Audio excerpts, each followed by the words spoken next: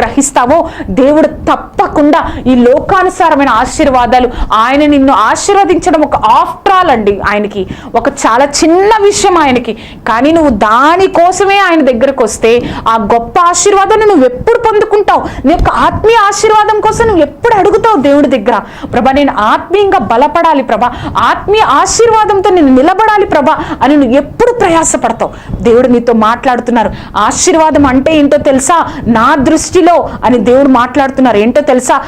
ఆత్మీయంగా నువ్వు బహుబలంగా ఉండడమే నా దృష్టిలో ఆత్మీయ ఆశీర్వాదం అంటే.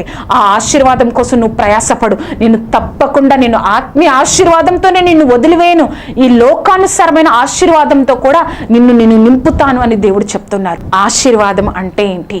నిన్ను నువ్వు ప్రశ్నించుకో, నిన్ను నువ్వు సరిచేసుకో. నువ్వు నిజంగా ఆశీర్వదింపబడ్డావా లేదా? దేవుడు మిమ్మల్ని దీవించును గాక.